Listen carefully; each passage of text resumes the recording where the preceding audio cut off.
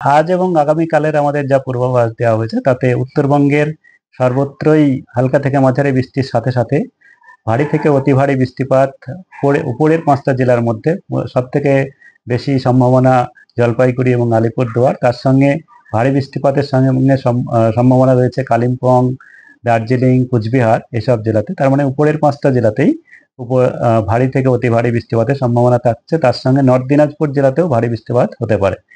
আর আমাদের দক্ষিণবঙ্গের জেলাগুলিতে মূলত হালকা থেকে মাঝারি বৃষ্টিপাত, বজ্রবিদ্যুৎ সহ মূলত হালকা থেকে মাঝারি বৃষ্টিপাতই হবে। তবে 1-2 জায়গায় ভারী বৃষ্টিপাত হয়ে যেতে পারে, সেগুলি হলো পূর্ব পশ্চিম মেদিনীপুর, পূর্ব পশ্চিম বর্ধমান, পুরুলিয়া, বাঁকুড়া, বীরভূম এবং দক্ষিণ চব্বিশ পরগনা, মুর্শিদাবাদ। এই জেলাগুলোর মধ্যে 1-2 জায়গায় হয়ে যেতে পারে। এর মধ্যে যে সমস্ত জেলাতেই যে হবে, তবে সর্বত্রই হালকা থেকে মাঝারি বৃষ্টিপাত তো থাকবেই। তবে ভারী বৃষ্টিপাতের পরিমাণ 1-2 জায়গায় হওয়ার সম্ভাবনা থাকছে।